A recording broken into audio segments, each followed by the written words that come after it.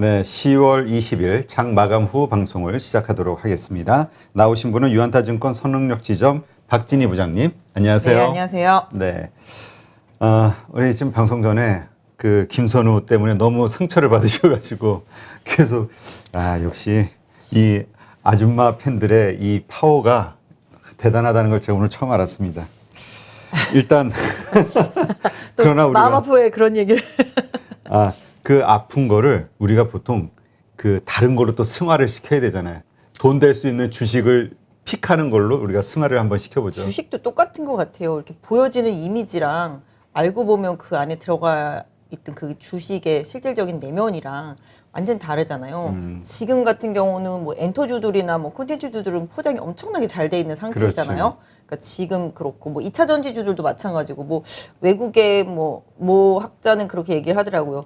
2050년까지를 생각해 봤을 때 2차 전지 소재주들 아무리 막 이게 전체 자동차 시장의 50%가 다 전기차로 바꾼다고 가정해도 지금의 이 버블링은 좀 과하다라는 생각을 한다라고 좀 학자가 말할 정도인데, 그러니까 그만큼 이제 환상이 깨지고 난 다음을 또 생각해야 되잖아요. 저도 진짜 그 K 배우 완전 좋아했었는데 뭐 K배우 네, 이미 다 실명을 말하셔가지고 뭐 워낙 유명한데 뭐. 맞습니다. 아무튼 그래서 네. 좀 마음이 아픈데 아이. 뭐 컨텐츠라든지 뭐 아까 말씀드렸던 엔터주라든지 뭐 2차 전지도 마찬가지 되겠는데 뭐 이런 겉포장이 잘 된 부분은 우리가 보여지는 부분들 그 이면의 다른 모습들을 나중에 또 다시 좀 보게 될까 봐 좀 겁나기는 하지만 그게 이제 리스크잖아요. 그 안에 거죠. 숨어 있는 리스크, 본질을 모르면. 그런 거이긴 하죠. 네. 항상. 근데 뭐 본질 자체가 뭐 나쁜 종목들은 아니잖아요. 그 섹터 자체가. 아니 그러니까 거기에는 그 뭐 다른 건 그렇지만 아까도 뭐 그 학자가 얘기했다듯이 밸류에이션이 과연 맞아요. 적절하냐에 대한 문제. 맞아요. 이것이 갑자기 어느 순간 이건 너무 고평가 아니야? 이런 식으로 딱 생각이 돌아섰을 때 또 정말 무섭잖아요. 예전에 그 버블에 대한 것들은 되게 고민을 많이 하던 시기가 있었었어요. 그러니까 사실 버블은 어디까지가 버블인지 진짜 모르거든요. 그렇죠. 그 버블은 터져봐야 거기가 버블인지 안다고 그러더라고요. 예전에 저희 뭐 주식 이제 초창기에 뭐 IMF 이후에 하셨던 분은 아시겠지만 세롬 기술. 이제 다이얼 패드 아시네요. 네.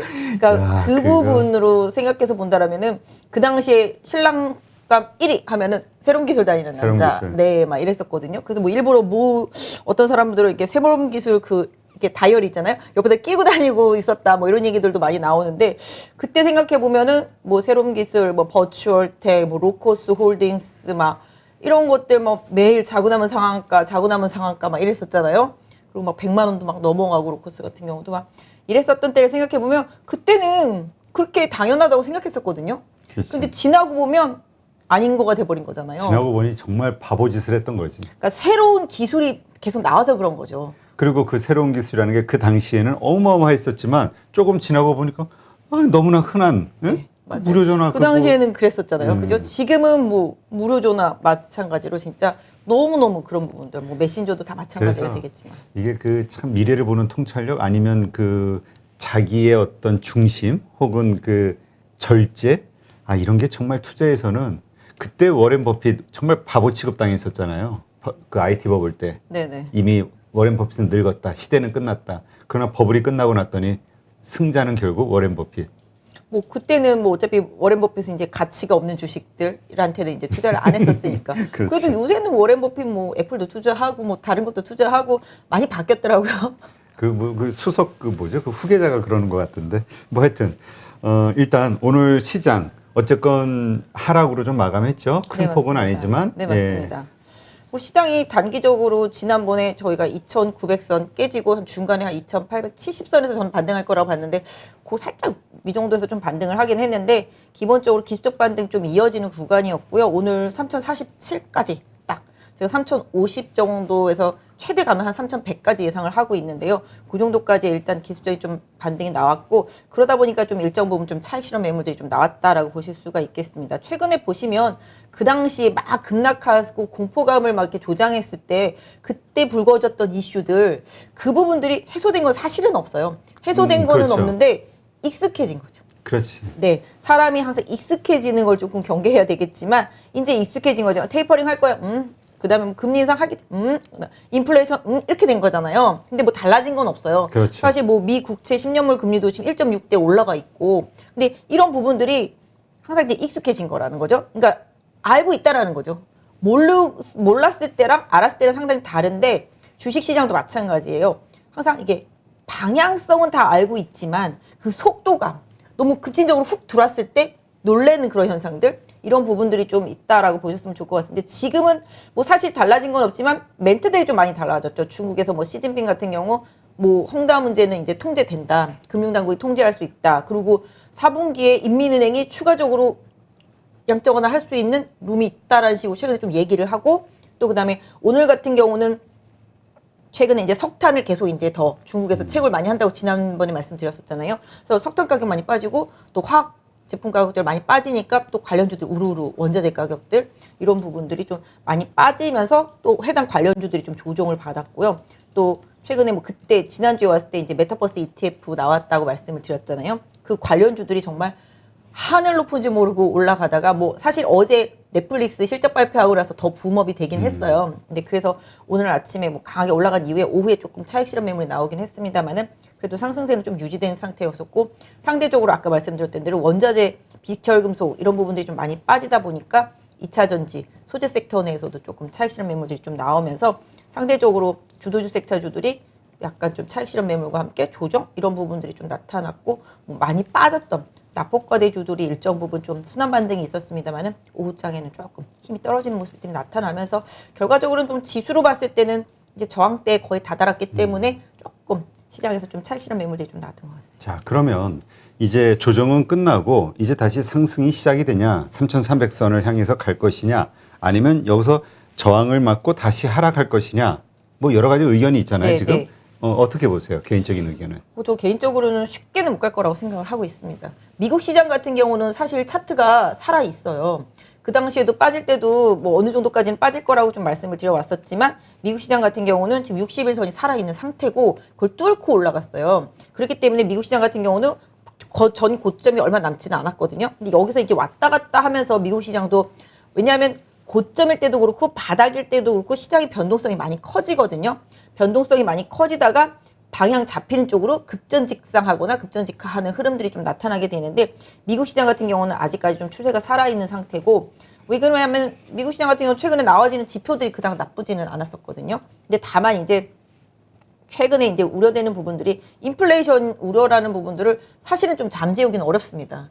왜냐하면은 미국의 노동력들이 그 약간 히스패닉계라든지 좀 싼 노동력들 이런 부분들을 트럼프가 싹 다 내쫓고 막 이러는 바람에 미국인들한테 일자리를 줘야 된다 이러면서 노동력들이 많이 없어지는 상태인데 이제 코로나 때문에도 더 그렇고 또 그다음에 이제 돈을 줘서 쓰게 하니까 또 일자리를 안 찾은 부분들도 있었고 그래서 다시 좀 힘든 일을 하러 돌아와줘야 되는데 그 부분이 좀 안 되는 부분들이 사실 있고요. 돌아가고 싶어도 돌아가지 못할 상황이 된 상황들도 좀 있고요. 이사한 사람이 그렇게 많다고 하더라고요. 네, 그래서 기본적으로 좀 미국 내에서의 노동력 부담 이런 부분들은 또 기업들한테 사실 부담이에요. 이게 뭐 하나하나씩 따져보면 아시겠지만 인플레이션 우려라는 게 원자재 가격들한테는 좋잖아? 뭐 이렇게 생각할 수는 있겠지만 실질적으로 이 인플레이션이 계속 일어나면 일어날수록 이 인플레이션을 잠재우기 위해서는 화폐 가치가 떨어진 부분을 올려줘야 된단 말이에요. 상대적으로 버블이 일어나고 이쪽에서 화폐 가치는 떨어지면 이 화폐 가치를 올려줘야 이게 다운될 수 있기 때문에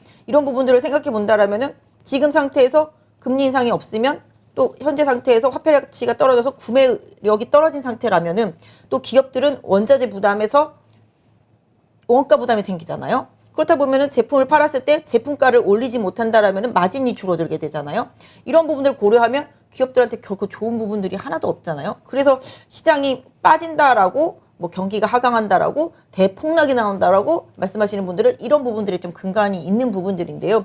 시장이 또 현명하다 보니 알려진 악재에 대해서는 잘 대응을 하고 있습니다. 그래서 개인적으로는 일단 지금은 대형주가 움직일 수 없는 수급 구조고요. 기본적으로 지금 최근에는 트렌드가 뭐 이슈도 있지만 최근에 콘텐츠나 뭐 엔터주나 뭐 게임주나 플랫폼주나 이런 부분들이 강하게 시장을 리딩하고 있잖아요. 반대로 소비주들은 좀 약세를 보이고 이런 부분들의 기본이 뭐냐 하면 아까 말씀드렸던 대로 인플레 우려라든지 환율이라든지 경기 하강의 위험에서 가장 자유로운 섹터입니다. 그러다 보니까 그쪽으로 좀 몰리고 있는 거죠. 그래서 이러한 현상들은 여러 가지 좀 풀어나가야 될 부분들이 잘 풀리지 않는다라면은 당분간은 계속 이어질 수밖에 없는 상황들이고요. 대형주들, 또 경기 민감주들 이런 부분들을 아까 말씀드렸던 여러 가지 원가 부담이라든지 뭐 이런 부분들 때문에 제조업을 기반으로 해서는 다 안 좋은 상황인 거죠. 그래서 지금은 대형주들한테는 상당히 좀 수급적으로 좀 불리한 구간이고 또 이제 뭐 다음 달까지 이어지는 실적 발표 시즌 때문에도 수급적인 부담들이 계속 이어질 수밖에 없기 때문에 당분간은 종목별 장세다. 그래서 지수가 어디까지 뭐 더 빠진다, 더 올라간다 이거보다는 개인적으로 박스권을 좀 만들어 드리고 싶은데 지금 뭐 3천은 마무리하면서 끝났잖아요. 3,013에 이제 마감이 됐는데 추가적으로 하락을 하게 되더라도 제가 만들어 온 최하단선은 2,950선 정도 되고요. 뭐 중간에서 조금 잘 유지가 된다라면 한 2,980선 이 정도에서 잘 마무리해주면 제일 좋을 것 같아요. 그 대신에 이제 3,050 넘어도 3,100에서는 다시 한번 걸린다라는 점을 좀 염두에 놓고 지수 관련 대응주들은 조금 대응하시는 게 좋을 것 같고 종목별로 대응하실 때는 좀 기술적인 부분들 왜냐면 지수는 많이 올랐지만 지수 대비 못 올라온 종목들이 최근에 조금씩 한풀이 하듯이 올라왔거든요.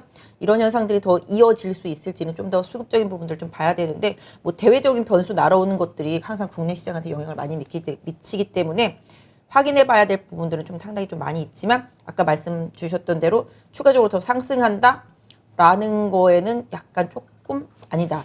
박스로 좀 갇혀 있다. 횡보. 뭐 박스권 내지는 뭐 순간적인 좀 추가적인 조정이 일정 부분 좀 나타날 수도 있고요. 그럼 박스권이라고 그러면 하단을 얼마로 보시는 거죠? 아까 말씀드린 대로 지금은 뭐 3,050에서 2,950선 정도. 2,950. 네, 그 박스 안에서 움직이는 시장이 좀 당분간 이어질 수 있다라고 봐주시면 좋을 것 같아요. 자, 그러면 지금 현금 보유 비중 한 어느 정도 가져가는 게 좋을까요? 개인적으로는 30% 이상은 좀 갖고 있어야 된다고 30% 생각하고 이상? 있습니다. 네, 알겠습니다. 자, 일단 그 아까도 잠깐 얘기하셨지만 넷플릭스 실적 발표하면서 뭐 신문 나오는 거 보니까 넷플릭스도 놀랬다 뭐 이런 얘기들이 많더라고요. 예, 오징어 게임에 대한 이런 효과가 참 네. 컸다 뭐 이런 얘기도 있던데 하여튼 그래서 엔터주, 콘텐츠주들이 이제 더 탄력이 좀 좋은 것 같아요. 네, 맞습니다. 지난주에 출시된 이제 그 메타버스 ETF 네. 4종이 다 담고 있는 종목들이 거의 엔터주들 하고 엔터 44라고 보시면 될 것 같고요. 하이브, 네, 뭐 하이브, 뭐 JYP, YG 엔터, 뭐 SM. SM 뭐 이런 것들 하고 그다음에 뭐 펄어비스 뭐 이런 거 하고 그다음에 뭐 메타버스 관련주 했던 뭐 자이언트 스텝이라든지 뭐 맥스트 그다음에 일부는 뭐 알체라 일부는 뭐 현대모비스나 LG노텍을 갖고 있긴 하지만 비중은 좀 작은 편이고요. 그 가장 상단의 비중이 제일 높은 게 하이브 네 종목 모두 다 그렇기 때문에 하이브가 지금 초강세일 수밖에 없는 상황인 거죠. 뭐 오늘은 조금 흔들리긴 했습니다만은 전체적으로 봤을 때 이 메타버스 ETF의 영향력은 과거에 이제 신재생에너지 ETF, 뭐 뉴딜리페 ETF, 2차전지 ETF랑 비슷한 지금 성향이라고 보실 수가 있겠고 아까 말씀드렸던 대로 경기 방어적인 성격에서 더 강하다라고 보실 수가 있겠고 오징어 게임에서 비롯된 그런 기대치 이런 부분들이 또 영향을 받겠고 또 리오프닝 주에서도 가장 선두권이라고 보시면 돼요. 오늘 엔터 44 상당히 좀 많이 올랐었는데 뭐 보면 아시겠습니다만 이제 오프라인 공연에 대한 기대감 이런 부분들 때문에 실적이 좋은데 그 부분까지 더 좋아진다라는 기대감 레포트 영향도 좀 많이 컸습니다. 다만 이제 해당 섹터주들이 최근에 좀 많이 올랐어요. 그렇죠, 많이 올랐죠. 네, 좀 단기적으로 좀 많이 올랐기 때문에 좀 가격적인 부담이 좀 약간 떨어지는 구간에 진입했습니다. 그래서 이런 부분들은 조금 뭐 조정이 온다라면 뭐 기회를 볼 수도 있겠습니다만은 무차별적인 뭐 공격적인 추격 매수 이런 부분들은 조금 지양되어야 되겠고요. 상대적으로 좀 덜 올라있던 부분들이 이제 배급사들, 제작사들 일부 있는데 이런 부분들이 지금 따라 올라오고 있거든요. 오늘 같은 경우도 보면 뭐 최근에 뭐 키스트나 뭐 사마네트웍스 그다음에 뭐 초록뱀 그다음에 뭐 오늘 같은 경우는 뭐죠? 뉴 뭐 이런 부분들 그다음에 이제 뭐 키다리 스튜디오도 마찬가지가 되겠고 뭐 최근에 마이네임 때문에 이제 스튜디오 산타클로스도 좀 많이 올랐잖아요. 이런 식으로 뭔가 좀 공급해가지고서 얻을 수 있는 뭐 제작 능력 그다음에 자금 능력 저는 뭐 개인적으로는 제이콘스텐트리하고 이제 CJ ENM 뭐 스튜디오 드래곤 이런 좀 대형급들을 좀 후발로 좋게 보고 있었는데 그 종목들도 또 사실 많이 올랐어요. 내년에 넷플릭스양 오리지널 많이 나오는 내가 제이콘텐트리라서 최근에 좀 이런 엔터 쪽 리포트 보면은 제 콘텐츠가 실적이 별로라서 안 좋게 얘기한 리포트가 나오지만 그거 다 무시한 상태로 움직이고 있거든요. 그래서 아무튼 그런 부분들이 뭐 시장에서 계속 영향을 미치고 있고 아까 말씀드렸던 대로 경기에 크게 영향받지 않으면서 지금 시장이 가장 적절한 섹터이기 때문에 시장에서 좀 돌려가면서 올리는 것 같아요. 그래서 그러다 보니까 게임이나 뭐 메타버스 관련주들 뭐 이런 부분들까지 다 연결되고 후발로 뭐 인공지능, 빅데이터 뭐 이런 쪽들까지 좀 움직이면서 뭐 오늘은 뭐 싸이월드 관련주들도 상당히 좀 강하게 올라오는 흐름들도 좀 나타났던 것 같아요. 네, 싸이월드는 정말 참 아까운 기업 같은데. 아 정말로 선도적이었었는데 그렇죠. 네 너무 앞서갔었어요 초반에. 그리고 그게 대기업으로 넘어간 게 결국 벤처 정신으로 막 이렇게 빠르게 막 그러니까 변화하면서 갔어야 변화하면서 투자를 제대로 못하고 시장의 방향성을 못 따라간 게 그때 실패작이었었죠. 그러다가 갑자기 이제 페이스북 나오면서 그게 이제 전체적으로 더 리딩한 건데 뭐 어떤 면에서 보면은 지금 시대에 딱 맞는 게 이제 싸이월드였는데 시대를 좀 잘못하고 났다 해야 되나? 너무 먼저 앞서갔었다고 그래야 되나? 대신에 이제 앞서간 대신에 좀 끌고 갈 수 있는 뭔가 자금력이나 뭐 이런 부분들 좀 있었어야 되는데 그런 부분들이 좀 없었던 것도 되는데 지금 같으면 아마 투자 어마어마하게 받을 수 있었을 텐데 그쵸. 그 당시는 참 힘들어가지고 예 하여튼 지금 말씀하신 대로 그래서 이제 콘텐츠 주들도 그렇고 메타버스 관련 주들도 이제 많이 떠올랐단 말이죠. 그래서 이제까지는 그랬는데 굉장히 우리가 이제 앞으로가 중요하잖아요. 예, 앞으로 이 주식들이 더 오를 수 있냐? 콘텐츠나 엔터주 이제 많이 올랐으니 좀 이제는 우리가 새로 들어가기는 어렵잖아요. 가진 분들의 영역 이렇게 얘기할 수 있지 않나요? 뭐 그 생각을 살짝 할 수도 있는데요. 2차 전지 소재주들에 대해서 그런 생각을 했던 게 한 2달 전이 된 것 같아요. 근데 계속 갔으니까. 네, 지난번에도 제가 추석 때인가 그때 2차 전지 그때 한번 물어봤을 때 끝난 게 아직 아니라고 말씀드렸었잖아요. 조정이야도 계속 갔는데 사실 오늘은 좀 많이 빠지긴 하더라고요. 요새 좀 되게 웃긴 게 뭐 원소 기호 장세라고 그러던데요. 원소 기호에 등장하는 것들이 있잖아요. 네, 그런 것들이 좀 많이 가는데 그게 주로 암모니아. 다 이제 다 뭐 요새 그쵸? 알루미늄도 그렇고 뭐 다 마찬가지인 것 같아요. 그래서 그런 부분들 그래서 기본적으로 2차 전지에 들어가는 소재들. 근데 사실 2차 전지 섹터 내에서도 지금 순환매예요.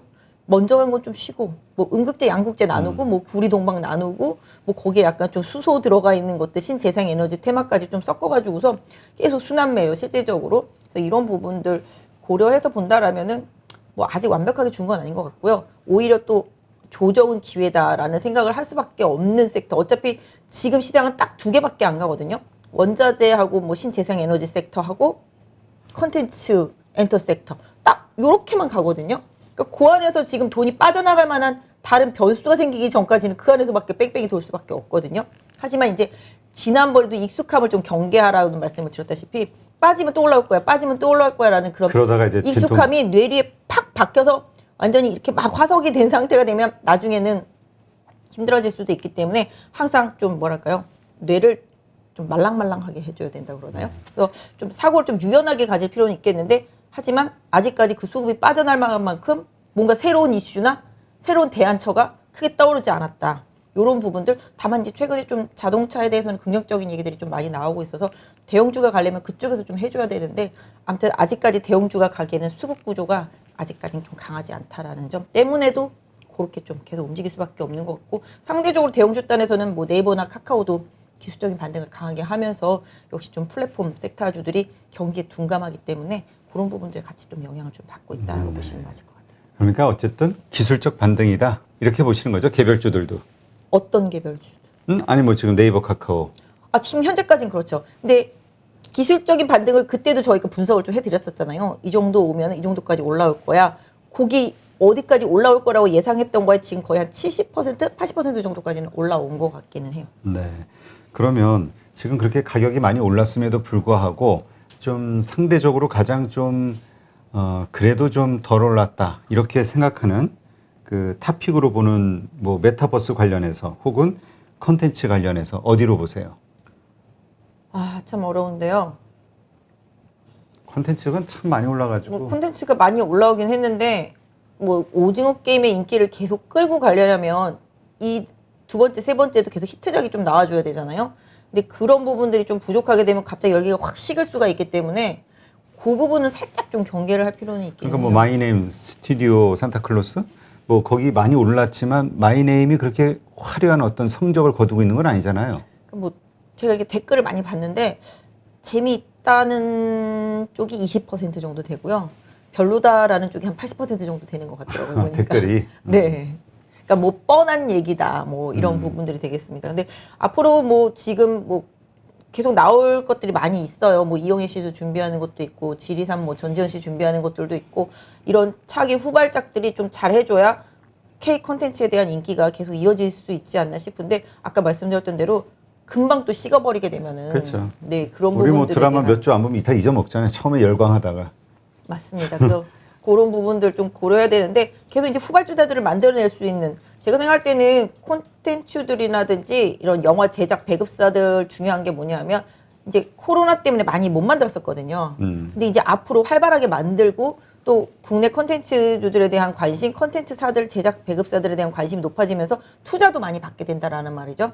그럼 투자 받고 그 투자를 기반으로 해서 양질의 콘텐츠를 만들어낸다라면은 그 부분은 분명히 좋은 섹터 안에서도 좀 좋은 호재가 될 수 있을 것 같고 또 그 안에서 중요한 것들이 뭐 최근에 보시면 이제 위직 스튜디오라든지 이제 덱스터 이런 부분들 상당히 강한 부분들도 거기에 다 수반되는 기술적인 부분들 많이 중요하기 때문에 그런 부분들이 더 부각이 되면서 해당 섹터주들이 계속 움직이고 있기 때문에 이런 것도 관련돼서 파생될 수 있는 종목들이 계속 생겨날 수밖에 없어요. 그러니까 그 섹터 자체는 뭐 주도주가 살짝 흔들릴 수는 있겠지만 새로 후발주자들이 계속 살아나면서 다른 종목들이 좀 강하게 받쳐주는 흐름이 난다라면은 종목별 장세는 계속적으로 좀 유효하지 않을까 싶어요. 네. 그러니까 지금 딱히 그렇게 그 탑픽으로 꼽을 만한 거는 없다. 그냥 섹터의 흐름만. 아 저는 좀 좋게 보는 종목이 그때 좀 대형주단을 좋게 보는데 저는 CJ E&M이랑 CJ 스튜디오 드래곤 요거 두 개는 계속 좋게 봐요. 자금력도 좋고 현재 이렇게 주가가 네, 오른 상황에서도 국내 OTT 업체로서도 막강한 자금력과 배급 능력, 그다음에 제작 능력까지 있기 때문에 원래 J 콘텐츠리 CJ E&M, 스튜디오 드래곤 요거 세 개 정도 가장 선호하고 있어요. 네, 알겠습니다. 한번 그 말씀하신 회사의 주가 흐름도 한번 계속 지켜보시면 될 것 같고요. 지난주에 그 자이언트 스텝 괜찮을 것 같다 이렇게 얘기하셨는데 아주 뜨겁게 예, 올랐어요. 네, 그것도 이제 메타버스 열풍인 거고 메타버스 ETF 뭐 이런 부분들 때문에도 좀 설명드렸던 건데 뭐 거기에 담고 있는 것들이 이제 컨텐츠랑 엔터랑 뭐 그런 부분들이라서 좀 많이 올랐던 것 같아요. 그래서 제가 그날도 좀 가면서 좀 아쉬워서 다음번에는 조금 괜찮은 것들을 좀 많이 한번 준비해 오겠다라고 좀 말씀을 드렸었는데 일단 좀 차트상으로 좀 괜찮은 것들 뭐 같이 공부하면서 볼 만한 것들 이런 것들을 좀 몇 개 골라는 왔어요. 네, 그래 이게 제일 궁금했어요. 그래서 이번 주도 자이언트 스텝 같은 어떤 그 뭔가 뜨거운 어떤 반응이 있기를 기대하면서 네, 준비해 오신 차트가 이쁜 그렇죠? 네, 그러니까 네. 기술적 분석에 의해서 지금 괜찮아 보이는 주식들, 네, 요거를 한번 설명을 해주시죠. 네, 일단은 좀 기준은 좀 낙폭 과대한 종목들하고요. 최근에 좀 이슈가 될 수 있는 것들, 그 다음에 이제 리오프닝 관련해서도 긍정적인 부분을 좀 볼 수 있는 것들, 그 다음에 아까 말씀드렸던 대로 코스닥에서 좀 낙폭 과대하지만 뭐 괜찮은 기업들, 뭐 이런 부분들 좀 차트로 좀 골라봤는데요. 한번 하나씩 볼까요? 네, 그러죠. 네.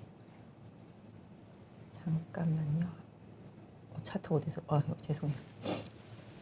이거는 메타버스 ETF 아까 잠깐 본 건데 오늘 살짝 윗꼬리가 생겼죠. 네. 네, 그래서 약간 조정 올 수도 있기는 해요. 그래서 좀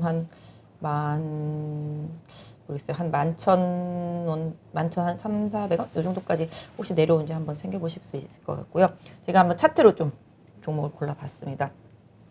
일단은 아까 저희 스튜디오 드래곤 한번 말했잖아요. 네. 그거 한번 볼게요. 네. 많이 올랐어도 저는 좀 보실만하다고 생각을 해요.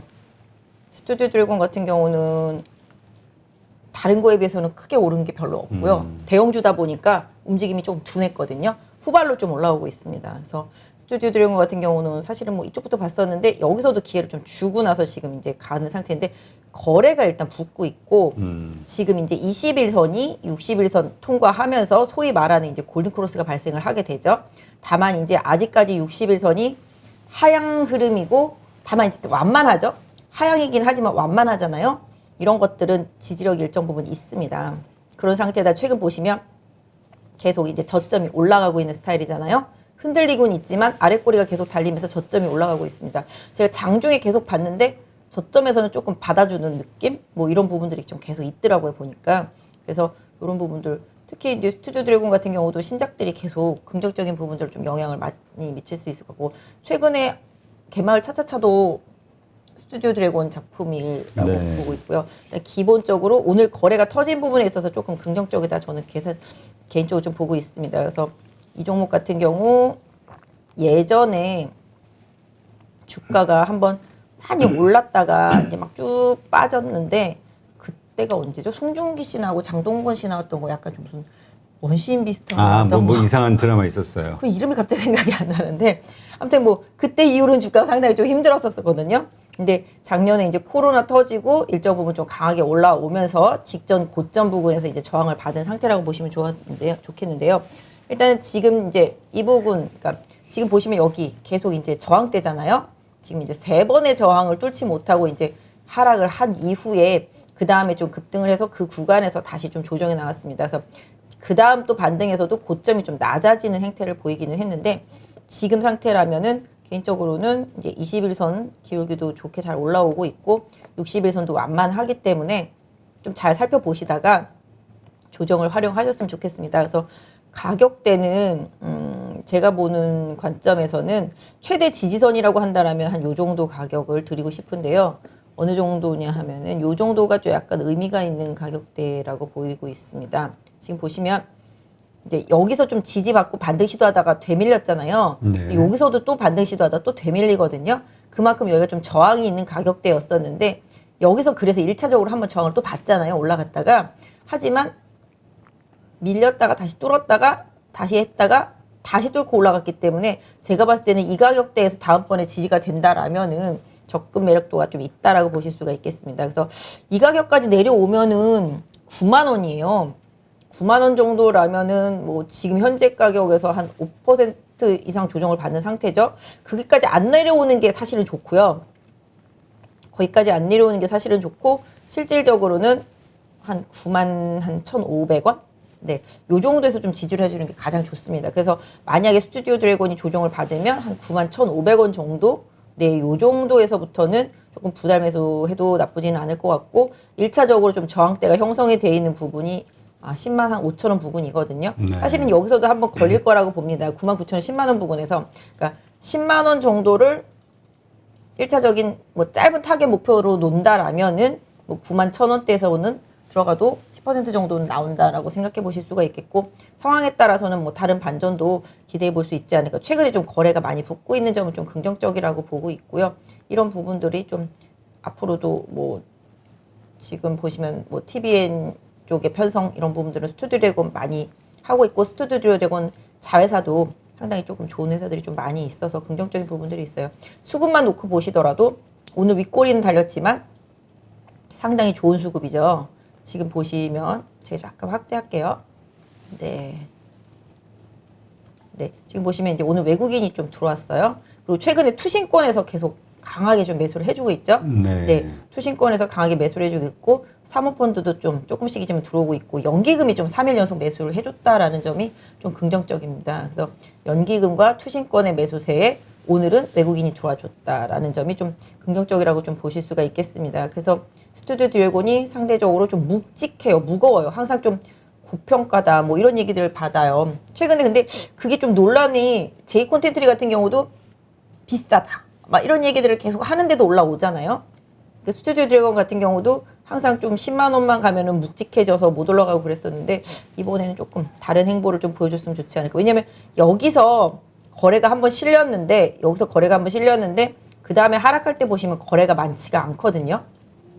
그러다가 지금 다시 반전을 할 때 거래가 붙기 시작하거든요. 네. 이 거래를 기반으로 해서 놓고 본다라면은 아까 말씀드렸던 대로 최대 지지선을 9만 원 정도에 놓고 뭐 9만 1,500원, 2,000원 오면 좋겠죠.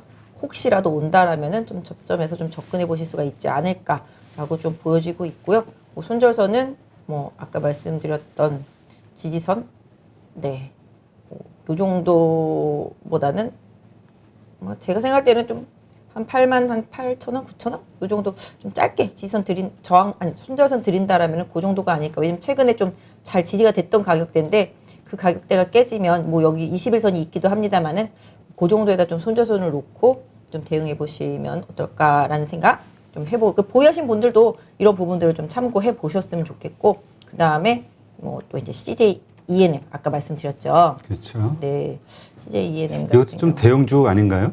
엄청 대형주죠. 그렇죠.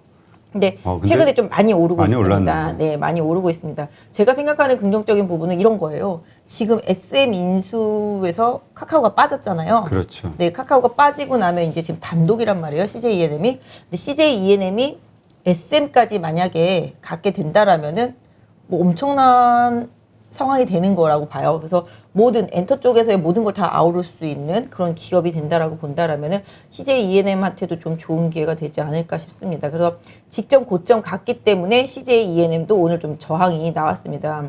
지금 보시면은 네, 여기 요날 이제 윗꼬리하고 여기 음봉의 중간선 정도 뭐 여기서도 마찬가지가 되겠습니다만은 고점 이 부분에 정확하게 저항을 받고 떨어졌습니다만은 제가 생각할 때는 그냥 죽을 것 같지는 않아요. 조정이 오면은 일단 CJ ENM 좀 기회라고 생각을 하시는 게 좋을 것 같아요. 지금도 보시면 5일선을 절대 깨지 않고 올라오고 있거든요. 네, CJ ENM 같은 경우는 5일선을 절대 깨지 않고 있기 때문에 뭐 5일선이 내일 정도 되면 한 17만 한 8천 원 정도 뭐 이 정도 될 것 같아요. 거기를 좀 지지선으로 생각을 하셔서 조정은 좀 분할 매수의 기회로 좀 잡아보시면 어떨까. 왜냐면 지금 60일선도 터닝을 하기 시작했거든요.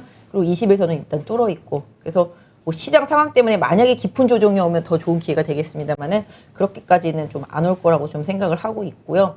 일단은 CJ ENM 같은 경우가 실질적으로 이제 배급력이라든지 제작 능력 이런 부분들에 있어서는 상당히 좀 강력하고 이제 티빙이라고 하는 이제 OTT 이제 가지고 있는 부분들에도 계속 이제 투자를 하게 됩니다. 그래서 이제 토종 OTT들이 나중에 이제 넷플릭스나 이제 디즈니 플러스에 어떻게 대응할지는 좀 봐야 되겠습니다만은 지속적인 투자 이런 부분들에 있어서는 좀 긍정적일 것 같아서 차트를 좀 크게 보면은 사실은 CJ ENM은 올라온 게 별로 없잖아요. 많이 상당히 눌려있잖아요. 많이 하락했네요. 그럼요. 상당히 좀 많이 하락을 했습니다. 그래서 CJ자 들어가는 회사들이 좀 조정을 상당히 많이 받았어요. 지주에서 CJ도 마찬가지고 뭐 이제 올리브영 상장도 하겠습니다만은 CJ 그룹주들이 상속 이런 부분들이 이제 다 거의 끝났거든요. 그것 때문에도 뭐 주가가 좀 일부러 뺐다라고는 볼 수 없겠습니다만은 그런 승계 과정 중에서 주가가 좀 많이 눌려 있었거든요. 왜냐하면 CJ 그룹주들이 먹고 놀고 즐기고 쓰고 다 이런 쪽이에요. 사람이 이제 살아가는 데 있어서 꼭 필요한 것들이잖아요. 그런 부분들이긴 한데 상당히 좀 많이 소외되어 있었습니다. 그래서 지금 그거들인 이 저항 때 고점 벗겨낸다라면은 개인적으로는 한 24만 원, 네, 5만 원 이 구간까지 지금 여기 보이시는 저항대 있잖아요. 네. 여기까지도 일단은 좀 열려 있다라고 보실 수가 있겠고 큰 지지선을 드린다라면은 이 가격 15만 원대, 네, 15만 원을 가장 큰 바닥선으로 놓고 중장기 대응하시는 전략이 CJ ENM한테는 좀 많이 중요하겠고요. 그다음에 수급을 좀 보면은 역시 연기금이 계속 받아내고 있습니다. 사실 연기금은 조그마한 종목은 잘 안 사요. 살 수도 없고 그치. 3천억 미만짜리들은 건드리지도 않고 기관이 네 그래서 연기금이 꾸준히 매수해주고 있는 상태에서 외국인 들어오고 역시 토신과 보험권들 좀 들어오고 있다라는 점 개인은 좀 열심히 팔고 있긴 합니다만은 뭐 기관의 수급이 뭐 지금은 이런 엔터 컨텐츠 메타버스 섹터에서는 뭐 거의 깡패라고 할 수 있기 때문에 이런 기관의 수급을 좀 보시면서 기관 수급이 이탈하는지 왜냐면 기관 수급이 이탈하기 시작하면은 일단 조정을 대비해야 되잖아요. 그렇죠. 네, 그래서 좀 내가 싸게 살 수 있는 기회를 좀 기다리는 전략 이런 부분들이 좀 많이 중요할 것 같습니다. 그래서 이거는 아까 말씀드린 대로 최근의 추세상 5일선을 계속 이탈하지 않았다. 5일선을 이탈하지 않았기 때문에 5일선에 근접하는 조정은 저점 매수의 기회가 될 수 있겠고 만약에 5일선이 이탈하게 된다라면은 조금 더 밑으로 매수 타이밍을 내려잡아야 되겠죠. 사실은 지금 주가와 21선의 이격도는 있는 편이에요. 5일선과의 이격도만 없을 뿐이지 21선과의 이격도는 있습니다. 그렇기 때문에 이 21선과의 이격도를 줄이는 방법은 두 개예요. 급락해서 찍고 오든지 옆으로 횡보하면서 21선이 올라오는 걸 기다리든지 그래서 이격도를 줄여놓고 더 이제 차분히 가는 스타일 이런 부분들이 기술적 분석의 핵심인데요. 그렇기 때문에 뭐 최대 뭐 조정이 나온다라면은 뭐 아까 말씀드렸던 대로 17만 원대 한 초중반까지도 가능하겠습니다만은 그렇게 되지 않는다라면은 여기 위에서 이렇게 옆으로 횡보할 가능성이 많기 때문에 뭐 공격적인 접근보다는 아까 말씀드린 대로 좀 분할 매수의 접근 이런 부분들이 좀 필요한 종목이고 직전 고점인 19만 원을 강하게 돌파하게 된다라면은 20만 원 이상 한번 트라이 하러 가는 흐름도 예상해 보셔야 되지 않을까. 여기가 상당히 좀 중요합니다. 계속 막혔던 자리고요. 약간 CJ ENM이 이 가격대만 가면 항상 맥을 못 줬었거든요. 이번에 이걸 좀 뚫게 되면 다른 흐름이 좀 나올 수도 있다라는 점 보실 수가 있겠습니다. 그리고 좀 대형주들 먼저 좀 할게요. 네. 아이고. 네, 이마트입니다. 큰 그림 먼저 일단 보여드릴게요. 사실 이마트는 재난지원금 그것 때문에 피를 봤죠. 정부에서 이제 재난지원금을 뿌려댔기 때문에 이마트에서 못 쓰니까 스타벅스에서도 못 쓰니까 가장 피를 많이 봤어요. 하지만 이제 그거 약발이 조금씩 떨어지기 시작했거든요. 재난지원금 혹시 받으셨어요? 아? 나라에서 주는 거 못 받으셨어요? 아니 받았어요. 아, 받으셨어요? 그래서 그거를 쓰셨어요 다? 아니 모르요. 안 쓰셨어요? 모르겠 신청 이거 누르려고 해서 눌렀는데 뭐 조금씩 빠져나가는 것 같긴 한데 모르겠어요. 잘. 그래서 일단은 뭐 경기도는 서울에서 그러니까 전체적으로 주는 거 못 받은 사람들도 따로 챙겨주긴 했잖아요. 근데 이제 전국적으로 좀 줬었는데 아무튼간에 그 재난지원금은 좀 작은 가게들 위주로 좀 쓸 수 있게 동네 상권 위주로 좀 쓸 수 있게 해놨기 때문에 마트한테 상당히 좀 불리한 상황이었었고 사실은 좀 리오프닝 해서도 좀 긍정적인 부분이 있습니다만 아까 말씀드린 대로 소비주가 지금 불리한 구간이죠. 네, 소비주가 상당히 불리한 구간이고 그 다음에 뭐 내수주가 더 불리한 구간이기도 하죠. 환율 때문에도 그렇고요. 아까 말씀드린 대로 화폐 가치 하락 때문에 구매력이 상실되는 구간이기도 하고 다만 이마트가 가지고 있는 걸 보면은 생필품을 아니 뭐 굶어 죽더라도 쓸 거 써야 되는 구간이 생필품인 거잖아요. 이마트에서 자동차를 팔지는 않잖아요. 그렇다시피 이마트는 꼭 필요한 거라는 거죠. 그런데다가 이제 4분기부터는 스타벅스 지분을 또 인식을 하게 됩니다. 스타벅스도 이제 그 재난지원금 영향을 받았었고요. 그래서 스타벅스 지분 가치, 그 다음에 이베이 이제 인수한 부분들, 그 다음에 쓱닷컴 이렇게까지 하면 온라인과 오프라인을 다 아우르는 유통 쪽에서는 정말 막강한 회사가 될 수도 있다라는 생각을 합니다. 그래서 뭔가 좀 써야 되고 사람들이 돌아다니면서 써야 되는 거에 있어서는 가장 좀 강력하다. 대신에 지금은 약간 좀 눌려있는 구간이긴 한데요. 이렇게 제가 그려드릴게요. 큰 그림으로. 이따 확대해서 보여드릴 건데 지금 보시면 이제 선을 딱 그어드렸잖아요. 지금 이 아래선은 여기 저점과 일치를 하게 됩니다. 그래서 대체로 이마트는 15만 원이면 바닥권이다라고 생각을 해주시는 게 좋을 것 같고요. 고점은 여기 18만 원 부근. 지난번에도 18만 원 부근만 가면 맞고 내려오고 19만 원 가면 맞고 내려오고 계속 그랬거든요. 여기가 뚫리면 다른 흐름이 생길 수가 있다라는 거죠. 하지만 지금 박스권이고 이 박스권을 뚫기 위한 노력이 좀 필요한 구간인데 최근에 보시면 이제 올라갈 때 여기서 거래가 좀 많이 붙었었는데 조정 과정 중에서는 거래가 많지가 않습니다. 그리고 일단 아직까지 60일선이 살아있는 상태예요. 다른 것들은 다 이렇게 밑으로 꺼져 있었는데 이마트는 그렇지가 않거든요. 아직까지 살아있는 상태. 일단 단기적으로는 21선이 하락을 하면서 데드크로스가 났습니다만은 뭐 저는 가격적인 메리트 분명히 있다라고 생각을 하고 있고요. 짧게 보면은 지금 21선이 기울기가 가파르잖아요. 하락하는 기울기가. 그러다 보니까 쉽게 뚫지는 못해요. 그래서 계속 저항은 받고 있지만 어느 정도 지지력은 계속 있습니다. 근데 여기 좀 갭이 있습니다. 지난번 상승 과정 중에 갭이 있어서 이 구간을 살짝 매꾸로 내려온다라면은 개인적으로는 16만 원 아래권에 내려오면은 좀 좋은 기회가 될 수 있지 않을까. 모아갈 수 있는 좋은 기회가 될 수 있지 않을까 싶고요. 그 이후에는 21선 더 쳐지면서 바로 뚫어버리면 쉽게 조금 넘어갈 수 있는 흐름으로 변화될 수 있을 것이라고 보여지고 있습니다. 그래서 15만 원대 16만 원 아래권에서만 접근한다라면은 17만 원 부근까지는 좀 무난하게 갈 수 있는 종목이라고 보여지고 있고요. 그 뒤에 이제 뭐 여러 가지 코로나 이제 거리두기 완화라든지 뭐 여러 가지 부분에 있어서의 긍정적인 부분들. 사실 3분기는 뭐 아까 말씀드린 대로 재난지원금 효과라든지 스타벅스가 빠져 있는 부분들 이런 부분들 때문에 실적이 좋지 못할 수도 있겠죠. 그 부분이 기회라고 보시면 되겠죠. 3분기 실적이 만약에 안 좋게 발표된다. 그러면 그때 빠지면 혹시라도 그때를 기회로 보시면 더 좋은 가격적인 접근이 좀 될 수 있지 않을까 싶습니다. 그래서 이마트 같은 경우는 지금은 뭐 최악이고 어떻게 보면 쌍봉 찍고 많이 하락했네. 네, 쌍봉 찍고 더 맛이 가겠네라고 생각을 할 수도 있잖아요. 추가적으로 내려와도 아까 말씀드린 대로 15만 원 정도가 지지선인데요. 이거 깨지게 되면 솔직히 손절 한번 해야 되고요. 그 다음에 14만 원에 가서 재매수하는 전략을 쓰시는 게 맞습니다. 그래서 최대 지지선은 15만 원으로 보시고 15만 원이 만약에 깨지고 바로 복귀가 안 된다. 그러면 더 하단이 14만 원 부근에 와서 재매수하는 전략 이런 부분이라고 이마트는 좀 봐주시면 좋지 않을까 싶습니다. 근데 그 깨진다는 게 네. 그 장중에 내려오는 것도 깨진 걸로 봐야 돼? 아니면 종가 기준으로 깨진 걸로 보통 봐야 완벽하게 되나? 깨지는 거는 한 2, 3일을 보셔야 되는데요. 뭐 깨고 내려와서 종가로만 버텨주면 저는 긍정적이라 보고요. 근데 그 다음날 그 전날 찍었던 저점을 깨지 않는 상태에서 종가 수준, 전날 종가 수준이 잘 유지가 되고 거래가 들어온다라면은 어느 정도 좀 지지력이 있다고 보는데 이게 깨진다고 해서 단순히 완벽하게 깨진다고 하니까 한 2, 3일 정도는 지켜보셔야 되는데 그럼 2, 3일 지켜보는 동안 더 급락하면 어떻게 뭐 이렇게 되실 수도 있는데 보시다 보면 아마 느낌이 올 거예요. 이게 버틸 놈인지 더 빠질 놈인지는 장중에 보면은 뭐 외국인과 기관의 수급을 보면 분명히 답이 나올 거라고 생각을 하고 있습니다. 그래서 항상 수급을 좀 많이 보셔야 돼요. 최근에 좀 외국인이 많이 팔고 있잖아요. 네. 최근에 이제 이마트 같은 경우 외국인이 계속 팔았고 뭐 어쩔 수 없습니다. 소비주다 보니까 외국인들은 최근에 그런 부분에 대해서 좀 되게 민감하게 국내 내수 소비주들에 대해서는 매도 많이 하고 있어요. 왜냐하면 불리하니까. 왜냐하면 환율도 지금 불리하죠. 그 다음에 원가 부담들은 다 있죠.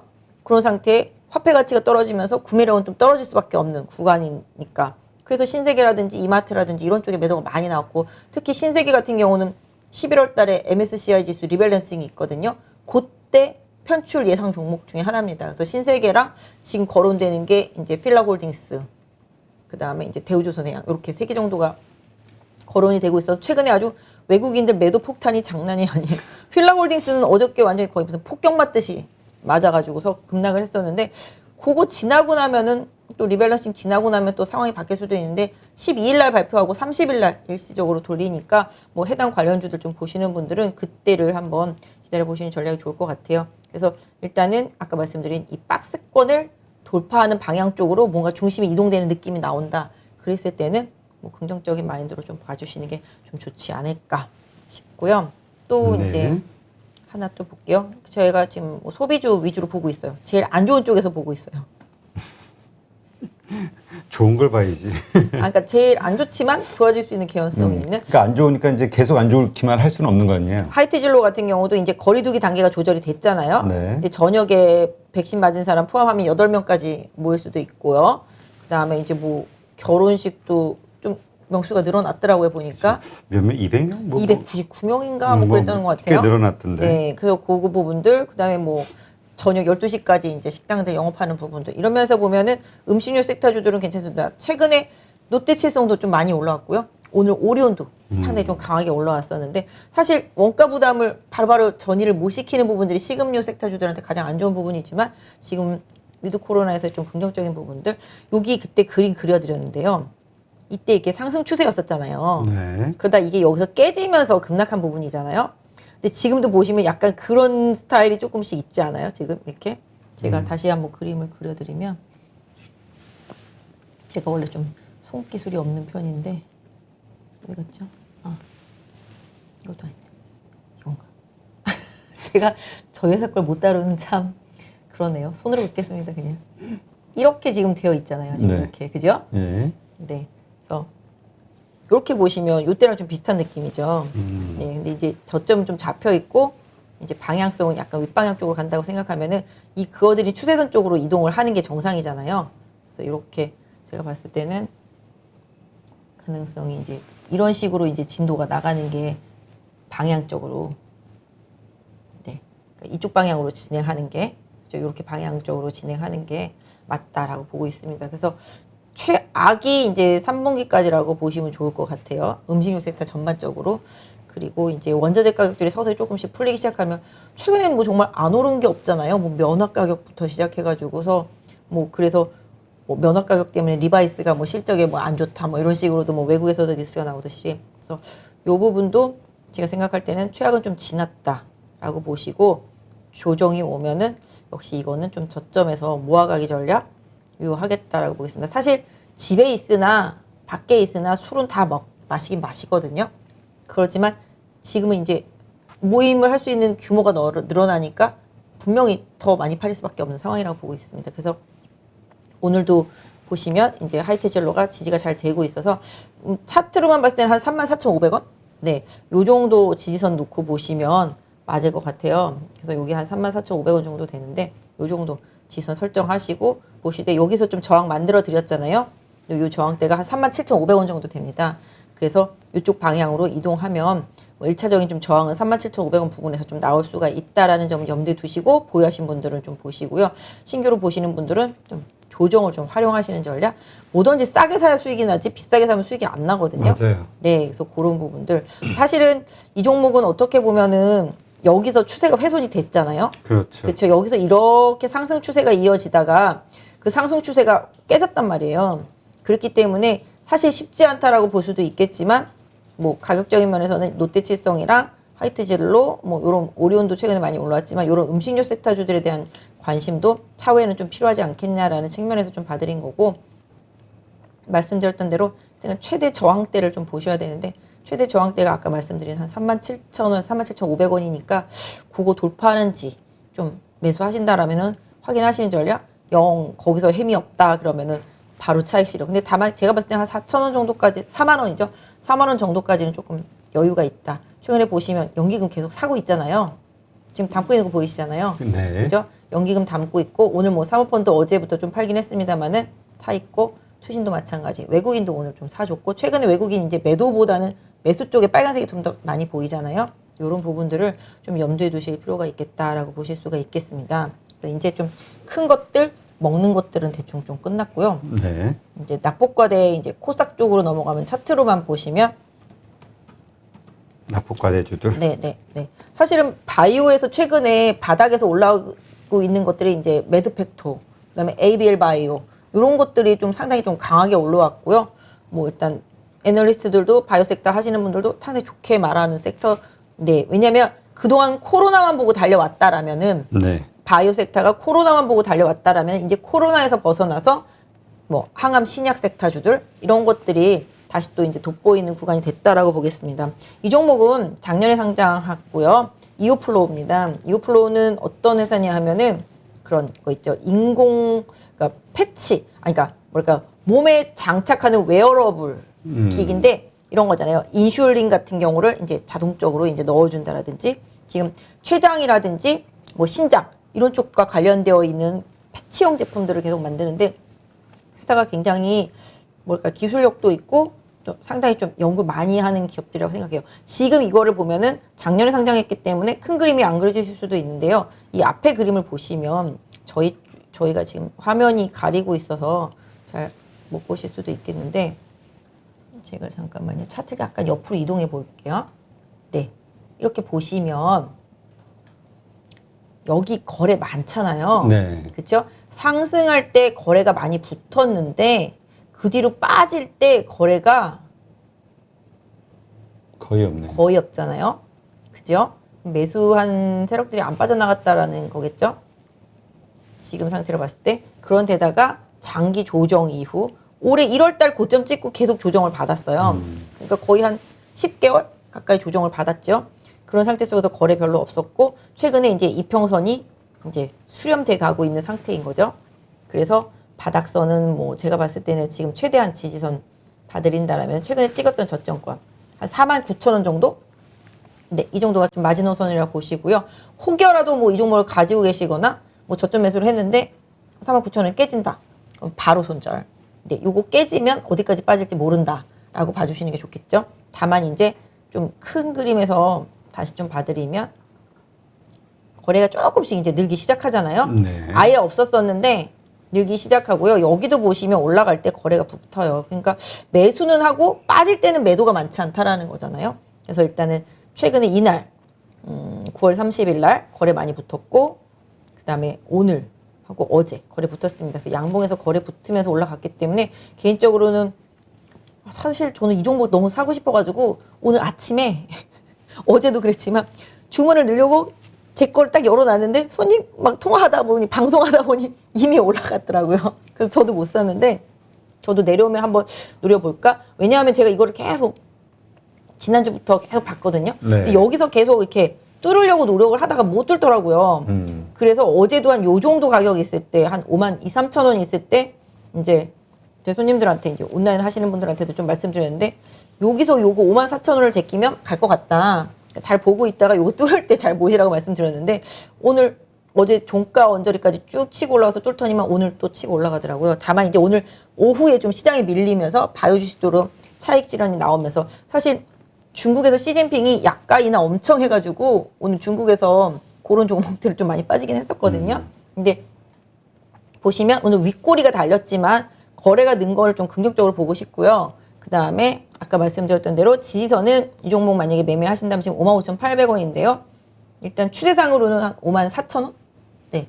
요 정도 좀 지지선 설정해놓고 요 가격대 혹시 시장 때문에 온다? 그러면 한번 접근 시도는 분할로 좀 들어가실 수가 있을 것 같아요. 추가적인 하락이 오더라도 한 53,000원 정도 지지선으로 놓고 분할 접근은 좀 유효할 것 같아요. 여기까지가 좀 추세상 지켜진다라면 긍정적이라고 볼 수 있겠습니다. 그래서 21선도 일단 터닝하기 시작했고 다만 이제 61선이 아직까지는 좀 하락하고 있어서 지지력에 살짝 의문은 들 수 있겠습니다만은 주가가 오르면 60일선도 빠르게 돌아간다라는 점 염두에 두실 필요가 있겠습니다. 그래서 아직까지 21선이 빠르게 따라오지 못했기 때문에 조금 변동성은 여기서 더 있을 수도 있기 때문에 공격보다는 좀 방어적인 저점 매수 전략도 좀 유효한 구간이라고 보겠는데요. 수급적인 부분도 보면은 이제 투신이랑 보험권이 이제 좀 들어오기 시작했죠. 외국인도 좀 들어오기 시작했고요. 그래서 아직까지는 좀 거래가 많이 없다가 이제 거래가 좀 붙기 시작했기 때문에 사실 이런 종목은 눈에 잘 걸렸다가도 이렇게 왔다 갔다 하는 게 한 2-4달 갈 수도 있어요, 사실은. 그래서 정말 아니다 뭐 이런 생각을 했을 때 가기도 하는데 2-3달 좀 갈 수도 있는데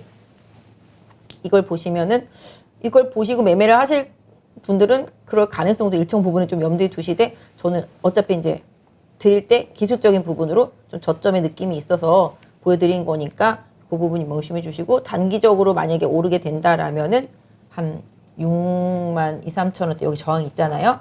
네, 요 부분 저항 살짝 염두에 두시고 이거 뚫게 되면은 기본적으로 아까 저항권이라고 볼 수 있었던 6만 9천 원, 6만 8천 원, 네, 요 정도까지 일단 목표가는 좀 설정해 놓을 수 있을 것 같은데 사실 주식이라는 게 어려운 게 제가 제 친구랑 미국에 제 친구 아시죠? 절대 손절 안 하고 끝까지 모아가지고 들고 있는 제 친구. 저도 방송에서 말씀을 많이 하셔가지고. 네, 제 친구가 저한테 엊그저께 뭐 물어보더라고요. 야, 진이야, 다원시스 어떻게 그러더라고요. 그래서 차트를 딱 봤는데 보세요. 와, 엄청 올랐네. 장난이 아니죠? 이 주식을 제 친구가 4년을 들고 있었거든요. 그래요? 네. 근데 4년 동안도 문제가 아니지만 여기 2015년도부터 보면 그냥 맨날 그 자리가 그 자리였던 거죠. 그러니까 지금 보시면 이렇잖아요. 상당히 좀 여기서도 계속 어떤 면에서 보면 이렇게 큰 박스잖아요. 이게 박스 여기서부터 여기까지 이제 박스잖아요. 그러니까 요 박스만 오가다가 이번에 이제 제대로 가니까 직전 고점까지 온 거잖아요. 그러니까 실질적으로 지난번 최대 고점이 이제 31,000원대 되는데 그 정도 가면은 일정 부분 좀 차익 실현을 하는 것도 고려를 해봐야 될 것 같긴 한데 이게 수익은 순간이더라고요. 4년 동안 수익 안 나다가 2주 만에 수익이 이렇게 급진적으로 나는 참 알 수가 없어요, 주식은. 근데 뭐 생각해보면 4년이라는 기다림에 지칠 수도 있겠지만 지금 주가로 계산해서 평균을 나눠보면 그래도 1년에 10%씩은 수익이 났다. 좀 그렇긴 하네요. 그래도 은행에 넣어두는 것보단 낫잖아요. 뭐 그렇지. 그거보다는 낫죠. 네. 근데 이 기업이 나쁜 기업은 아니라서. 근데 그 친구분은 정말 얘기만 들어봐도 멘탈이 엄청 강하신 것 같아요. 장난 아니에요. 빠지면 계속 싸요. 그러니까 망하지 않는다라는 전제만 있으면 계속 싸요. 제 친구 옛날에 하이트 그 진로 홀딩스도 엄청 오래 물려 있었었는데 정말 몇 토막이 났었었는데 돈 생길 때마다 계속 저점에서 사서 결국은 수익 내서 나오더라고요. 주식은 좀 약간 그런. 우리 방송에 출연했던 분 중에도 LG전자 뭐 반토막 난 거를 7년인가를 들고 있다가 이번에 그러신 분 저도 많이 봤어요. 네, 올 초인가 작년 말에 쫙 팔고 나왔죠. 네, 맞아요. 그러신 분들이 있어요. 그러니까 한 종목만 집중적으로 사랑하시는 분들도 있고 절대 손절 안 한다는 분들도 있는데 근데 손절도 할 땐 해야 되겠지만 그 기업에 대해서 확신만 있으면 기다렸다가 쌀 때 많이 사놓으면 되잖아요. 그렇지. 그러니까 문제는 확신이 있냐. 그러니까 정말 자기가 스터디해가지고 샀느냐 아니냐 이거에 따라서 또 확신이 달라지잖아요. 이게 웃긴 게 다원시스도 웃긴 게 여기서 시세가 많이 났잖아요. 2015년에. 그리고 나서 빠지지만 결론적으로는 이렇게 큰 저점이 깨지지를 않잖아요. 그죠? 이 큰 저점이 깨지지를 않고 이 박스에서 움직였었는데 이 박스가 돌파되고 나서 이때 시세를 좀 난화했는데 직전 여기 고점에 가서 맞고 또 떨어진 건데 또 박스 안에서 움직이다가 이번에 뚫으니까 정고점 가잖아요. 어떤 면에서 보면 이 회사는 크게 한번 시세가 나고 그 뒤에는 계속 박스를 간 거예요. 계속 박스를 몇 년을 한 4-5년을 그런 박스를 간 거죠. 그러니까 이런 종목들 같은 경우는 모르겠어요. 여기쯤에서 사신 분들이라면 모르겠는데 뭐 여기 중간에서 사신 분들은 상당히 괴로워서 손절 이미 다 했을 것 같긴 해요. 다원시스가 괜찮은 기업이고 또 이걸 또 되게 좋아하는 투자자들 되게 많거든요. 네. 네. 근데 아무튼 이 종목도 좀 그런 종목에서 갑자기 왜 이쪽으로 넘어가는지 모르겠는데 아무튼 그렇습니다. 그래서 그 부분 조금 봐주시고요. 그 다음에 약간 개별주 쪽에서 아까 제가 뭐 ABL 바이오랑 매드팩토도 말씀드렸잖아요. 네. ABL 바이오. 네. 요 종목도 진짜 많이 빠졌거든요. 그러네. 거의 모든 바이오 주식들이 다 이렇게 생긴 그치, 것 같아요. 바이오가 많이 빠졌죠, 1년 네. 동안. 아까 이오플로뿐만 아니라 모든 바이오가 다 이렇게 생긴 것 같아요. 그래서 많이 빠졌는데 이 기업 같은 경우는 솔직히 좀 개발 능력도 있고 이중항체, 신약 이런 쪽에서는 좀 능력도 있는 회사라서 또 장기 투자를 하시기 위해서 선호하시는 분들도 꽤 많아요. 제가 뭐 바이오 쪽을 다 정확하게 잘 알지는 못합니다만은 뭐 긍정적으로 보시는 분들이 꽤 많더라고요. 근데 아무튼 올라갈 때마다 계속 고점이 낮아지는 현상들이 나왔었잖아요. 이번이 중요합니다. 지금 보시면 이제 계속 고점이 낮아지는 현상들이 좀 나왔었는데 지금 보시면 이제 여기 그러니까 결론적으로 계속 흘러내린 거잖아요. 그렇죠. 여기서는 좀 약간 비슷하게 한번 트라이 했었잖아요. 그러니까 이번에도 또 못 놓고 또 내려오면 어떻게 될지 모르겠는데 그럼 더 흘러가야 되겠죠? 그렇죠. 그러니까 이번에는 이 고점을 뚫어주느냐만 보시면 돼요. 만약에 이 종목을 보시는 분들이라면 전고점 바로 직전. 네, 이 직전 고점. 왜냐하면 이게 계속 고점이 내려가고 있는 패턴이 바뀌는 게 되게 중요하거든요. 그래서 지금 보시면 사실 여러 가지 학회들이 11월에도 사실은 있기는 한데 그 부분. 근데 어떻게 보면 바이오 주식들도 경기에 상당히 둔감한 종목들이에요. 하지만 금리에는 엄청 민감해요. 그렇죠. 투자가 계속 들어가야 되기 때문에. 네. 계속 돈 빌려서 써야 네, 되니까. 맞아요. 투자가 계속 들어가야 되기 때문에 그래서 그런 핸디캡은 분명히 있다라고 보시는 게 좀 맞겠습니다. 다만 이제 이 종목은 시총도 좀 있고 기관에서 이제 프로그램 같은 거 들어올 때도 잘 들어오고요. 코스닥이 움직이면 상당히 좀 빠르게 움직이는 상태인데요. 오늘 좀 거래가 어제 오늘 좀 강하게 들어왔잖아요. 네.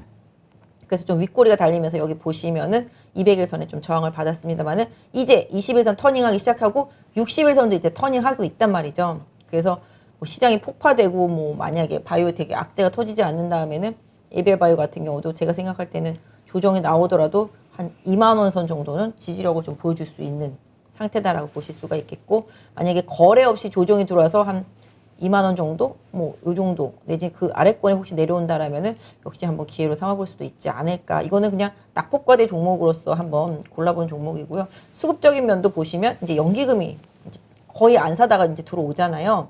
네, 그리고 외국인이 어제 20만 주, 많이 샀네. 네, 오늘 4만 주. 되게 웃긴 게 제가 요거 지금 정확하게는 제가 안 봤는데 수급적인 면에서 있어서 다른 거 하나 봐드릴게요. 이게요. 되게 많이 빠졌거든요. 이 주식이 제넥신이. 제넥신. 네, 잘 하다가 갑자기 코로나 치료제 한다고 뭐 소위 말하는 설레발을 치다가 주가가 엄청 빠졌어요. 근데 지금 외국인이 계속 사잖아요. 네. 근데 옆에 주가 보이시죠? 계속 빠지네. 계속 흘러내렸잖아요. 그 전부 이거랑 보시면 되는데 제가 이게 화면을 없애놨는데 뭐냐 하면은 대차 잔고가 계속 줄어요. 이만큼씩. 계속 상환하는 거예요. 공매도 쳐놨던 거를. 지금 계속 이제 공매도 쳐놨던 걸 계속 상환하고 있는 거죠. 그러니까 외국인이 사는 게 아닌 거고. 그러니까 이게 긍정적인 건 아니네. 긍정적으로 보자라면은 더 이상은 안 빠질 것 같으니까 상환하는 거지. 그렇지. 네. 바닥이니까 이제 이젠 갚아야 네. 되겠다 이런 네. 생각이 들죠. 그래서 저게 매수하는 게 아니라 상환하는 거더라고요. 찾아보니까 일별 대차 잔고 현황을 보니까 그런 부분들도 잘 보셔야 돼요. 이제 코스닥 같은 경우 잘 보시면 대차 잔고 줄어드는 거랑 이제 외국인들 상환하는 거 있을 거예요. 그런 걸 좀 잘 맞춰서 보셔야지 이게 진짜 사는 건지 아닌 건지 좀 볼 수가 있거든요. 그래서 그런 부분들 코스닥에 있는 종목들이 최근에 좀 그런 식으로 좀 상환되는 것들이 좀 많이 있어요. 그래서 그런 것들은 좀 잘 보실 필요가 있을 것 같고요. 네. 그 다음에 약간 개별주이긴 한데요. 이것도 그냥 좀 차트로 골랐어요. 요새 워낙 개별주들 장세니까 이 종목 같은 경우는 이제 보안이라든지 인증, 이렇게 보통 은행권이라든지 네. 그다음에 전자상거래 업체라든지 뭐 이런 업체들에서 이제 보안 되게 상당히 중요하잖아요. 개인정보 보안 같은 경우 그런 걸 좀 담당하는 회사예요. 제가 예전에 정말 오래전에 한번 탐방을 갔었었는데 뭐 그때도 좀 괜찮다고 생각했었는데 그때 좀 사고 가만히 있을 걸 주가는 많이 올라가더라고요. 네, 그래서 최근에 다시 아까 말씀드렸던 뭐 싸이월드도 마찬가지가 되겠고 아시잖아요. 미국에서는 비트코인 선물 ETF도 생겼잖아요. 그래서 이런 암호화폐 이런 거 부분에서도 상당히 좀 거래하는 데 있어서 중요한 게 정보 보안 쪽 이런 부분들이고요. 아까 말씀드렸던 그런 싸이월드도 마찬가지가 되겠습니다만은 궁극적으로 다 마찬가지가 돼요. 메타버스도 마찬가지가 되겠고 컨텐츠 다 마찬가지가 되겠는데 이런 부분들에 있어서는 보안 상당히 좀 중요한 부분들이라고 좀 생각을 하고 있는데요. 그냥 큰 그림으로만 보면은 이렇게 올라갈 때마다 좀 거래가 있잖아요. 네. 그래서 얘도 내려올 때가 거래가 별로 없는 상태예요. 그리고 최근에는 역시 하락 추세를 타고 있어요. 누가 봐도 하락 추세잖아요. 네. 네, 그래서 누가 봐도 하락 추세인데 이게 이렇게 그을 수가 그쵸, 이렇게 그을 수가 있죠. 이렇게 보면은 사실은 아니고요. 이렇게 긋는 게 맞고요. 기울기로 봤을 때 그리고 이제 이렇게 그어드리는 게 맞거든요. 예, 이렇게 아직까지는 하락 추세선에 있어요. 근데 이 당시에 보시면은 이제 상승 추세였었잖아요. 왜냐하면 이때 이 상승 추세가 그죠? 이때 이 상승 추세가 이 하단 추세가 이게 추세를 제가 또 한번 공부를 가르쳐 드리는데 이건 차트를 보시고 공부하시는 생각해요. 이게 보시면 올라갈 때마다 넓어지는 거 보이시죠? 이 간격이 고점과 저점의 간격이 이 간격이 이게 일률적으로 가는 게 있는데 좁아지는 것도 있잖아요. 네, 그렇죠. 얘는 지금 쫙 퍼지면서 넓어졌잖아요. 이런 애들은 이 상단과 이 하단의 이격 그때 항상 말씀드리지만 그게 커지게 되면은 항상 거의 좁아지는. 발산하면서 조정이 세게 들어옵니다. 그래서 이게 조정이 들어와서 이제 그것도 이탈하고 이제 저점 일정 부분 좀 나온 상태라고 보시면 되는데 이럴 때는 좀 되게 이런 것들은 좀 잘 매매하실 때 만약 여기서 산 사람이라면은 그런 걸 좀 잘 보셔야 돼요. 그래서 지금은 일단 하락 추세 안에서 아직까지는 벗어나지는 못했는데 제가 생각할 때 지금 이제 뭐 메타버스 가고 인공지능 가고 뭐 이것저것 가고 나니 일단은 보안 쪽도 저는 조금씩 변화가 생길 수 있지 않을까. 그리고 이때 들어왔던 거래량들이 그 다음에 탈출한 게 거의 없어 보여요. 제가 봤을 때는. 그래서 이 종목도 지금 만약에 보유하고 계신 분들이 혹시 있다라면 한 2,200원 정도 마지노선 놓고 보시고요. 신규로 뭐 혹시 보시는 분들이라면은 제가 생각할 때는 제가 요새 한 며칠 동안 봤는데 2,400원은 좀 잘 안 깨려고 노력을 하더라고요. 종가상으로. 하지만 저희는 이 종목을 좀 싸게 산다 싶으면은 한 2,300원대 중반? 네. 요 정도까지 혹시 조정이 오면은 좀 개별주 단에서는 한번 노려볼 수 있겠다. 다만 아직까지는 좀 거래량이 부족한 상태라서 거래량 증가분을 조금 챙겨보셔야 될 것 같아요. 이거는 좀 차트 공부용으로 일단 준비 왔는데 방금 인공지능 얘기가 나와서 뭐 이렇게 많이 준비했어요? 아니 이거는 그냥 좀 공부예요. 공부. 네. 이게 또 최근에 좀씩 이게 낙폭이 이렇게 커지고 나면은 네. 자율반등이 나오거든요. 이게 주식을 하면은 그런 거 있잖아요. 추세대로 상승 추세를 가면서 먹어야 되는 종목이 있고 낙폭이 큰 종목을 사가지고서 단기로만 짧게 먹어야 되는 종목들이 있는데 이런 종목들은 상당히 많이 급락을 하니까 이제 이렇게 올라온단 말이에요. 이런 애들도 마찬가지가 되겠고 이제 알체라도 마찬가지가 됐고 많이 빠지면 올라오는 이런 자유낙하에 대한 반등? 이런 부분들도 사실 투자자분들한테는 어떤 면에서는 사실 중요해요. 왜냐면 시장 빠지고 났을 때 제가 그때 말씀드렸던 대로 종목 교체를 제대로 했으면 이번 장이 오히려 더 좋았단 말이죠. 근데 상대적으로 나 가만히 있었으면은 다른 거 다 가는 동안 이렇게 돼버리잖아요. 그렇기 때문에 그런 부분들도 되게 중요한데 최근에 이제 신규로 들어왔던 게 이게 딥노이드라고 있는데 이것도 인공지능 그런 쪽이거든요.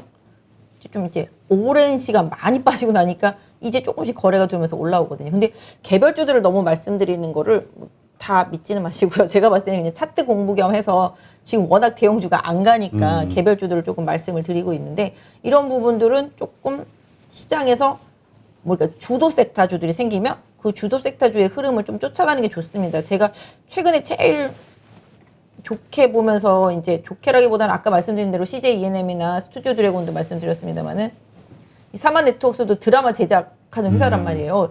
저희 회사 뒷문에 있거든요. 앞문도 아니고 뒷문? 네. 뒷골목에 있는데 저는 이 회사도 여기까지 많이 빠졌다가 요 정도에서 지지받고 있을 때 얘도 가겠다라는 생각을 사실은 했었거든요. 뭐 오늘 초록뱀 뭐 이런 애들도 많이 갔지만 거래가 붙으면서 올라가고 있기 때문에 이 종목은 이 고점까지는 분명히 트라이 한다는 생각을 하고 있거든요. 사모넥텍스 같은 경우는. 그리고 잘하면 이것도 뚫을 수 있다라는 생각도 사실은 하는데 일단 지금은 드라마, 영화, 제작 배급 능력이 있는 종목들 이거 외에도 많이 있거든요.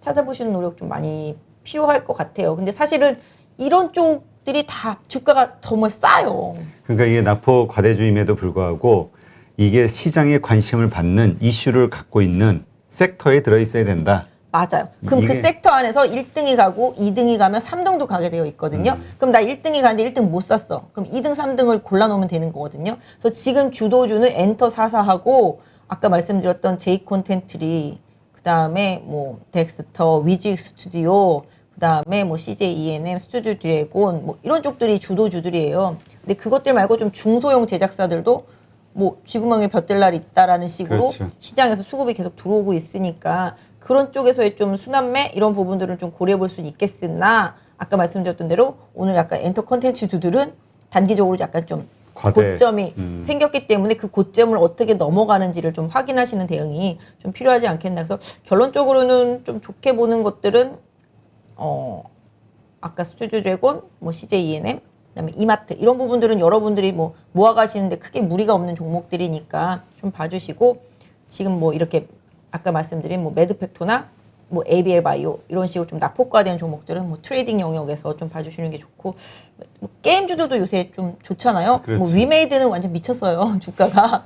위메이드 있는 사람, 그러니까 게임은 위메이드 있는 사람과 NC소프트 있는 사람이 완전히 극과 극이거든요 지금. 그렇지. 위메이드는 아주 뭐 며칠 동안 뭐 3일 동안 40% 올랐다는 뉴스도 나오고 뭐 이게 다 비트코인 이런 암호화폐 암호화폐. 쪽 관련이 있습니다. 그래서 보면 뭐 비덴트 뭐 이런 종목들도 최근에 많이 올라오고 또 오늘은 뭐 싸이월드 관련주로 해가지고 다날 뭐 이런 부분인데 사람들이 뭐 얘기하더라고요. 싸이월드에서 이제 도토리도 암호화폐로 주고받는 거 아니냐 뭐 이런 얘기도 막 나오다시피 그냥 다 잘 갈 때는 다 뭐든지 엮어가지고서 잘 갈 수 있지만 또 안 될 때는 다 악재잖아요. 그렇죠. 지금. 네, 그래서 일단 그런 부분들. 근데 대형주 단에서는 아까 말씀드렸던 대로 자동차 쪽은 조정은 좀 기회라고 생각하니까 저는 좀 현대차하고 최근에 좀 흐름이 현대 오토에버?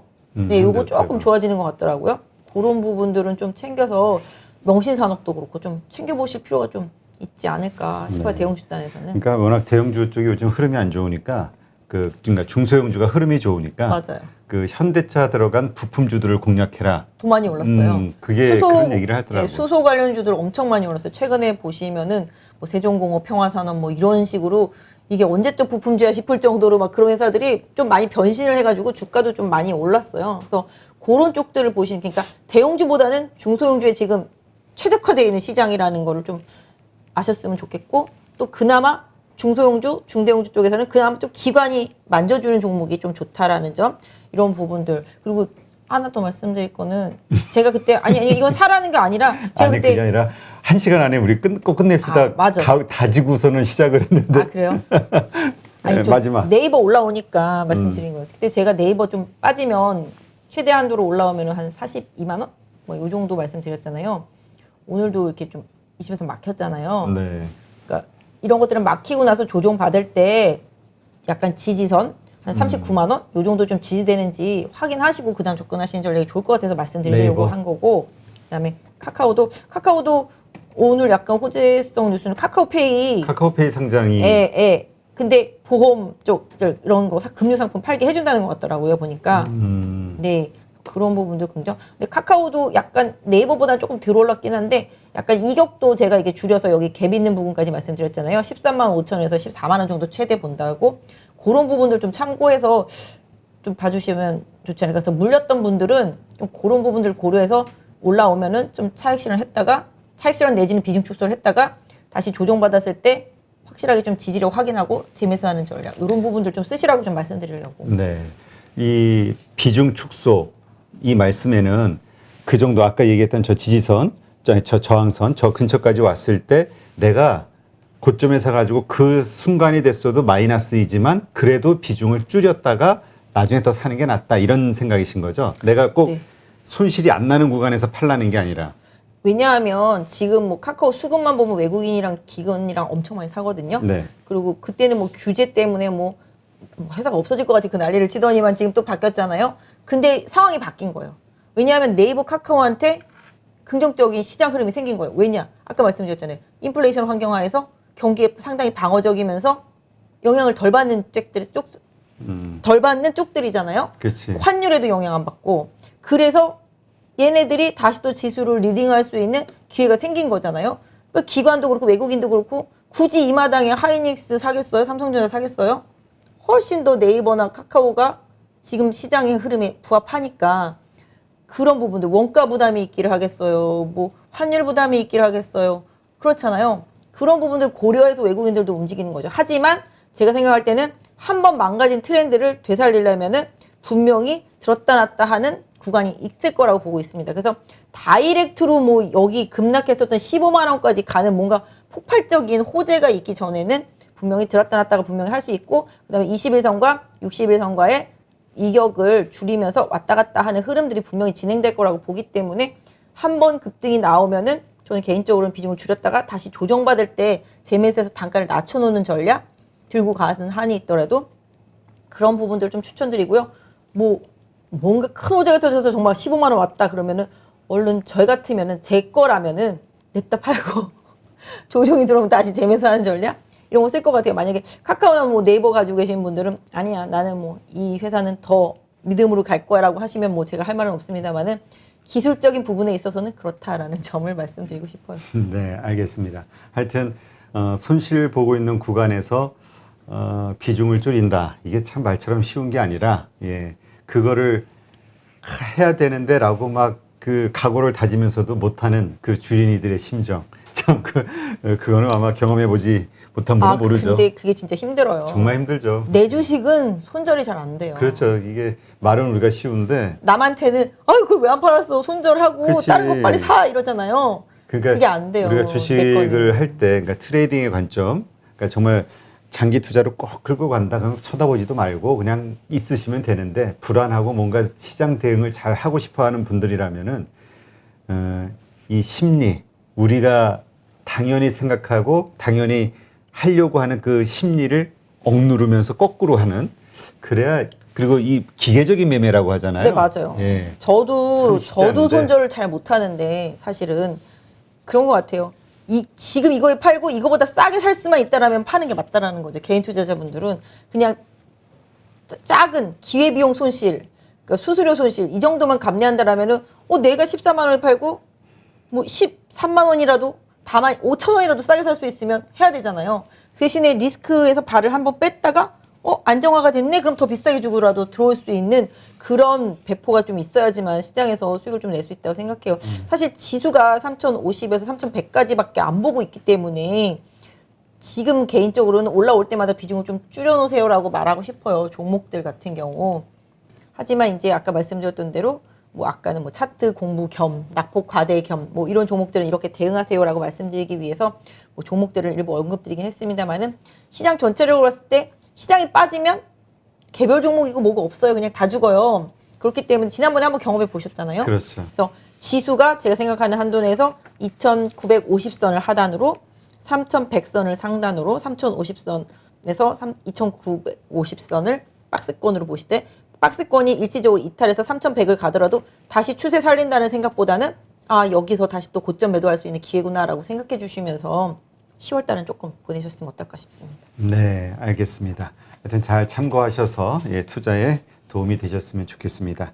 네, 이제까지 유한타증권 선릉역 지점의 박진희 부장님과 함께 했습니다. 오늘 수고 많으셨고요. 방송 보신 분들도 오늘 고생 많으셨습니다. 고맙습니다. 네, 감사합니다.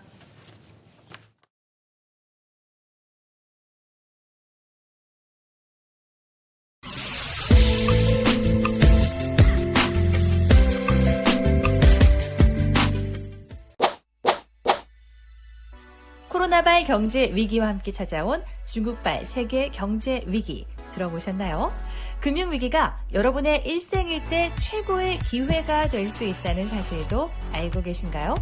중국 경제 독보적 1인자 성균관대학교 중국대학원 교수 안유아 교수에게 들어보는 줌 라이브 특강. 여러분에게 펼쳐질 9회 기회 8.15 머니톡에서 그 회의 문을 열어드립니다.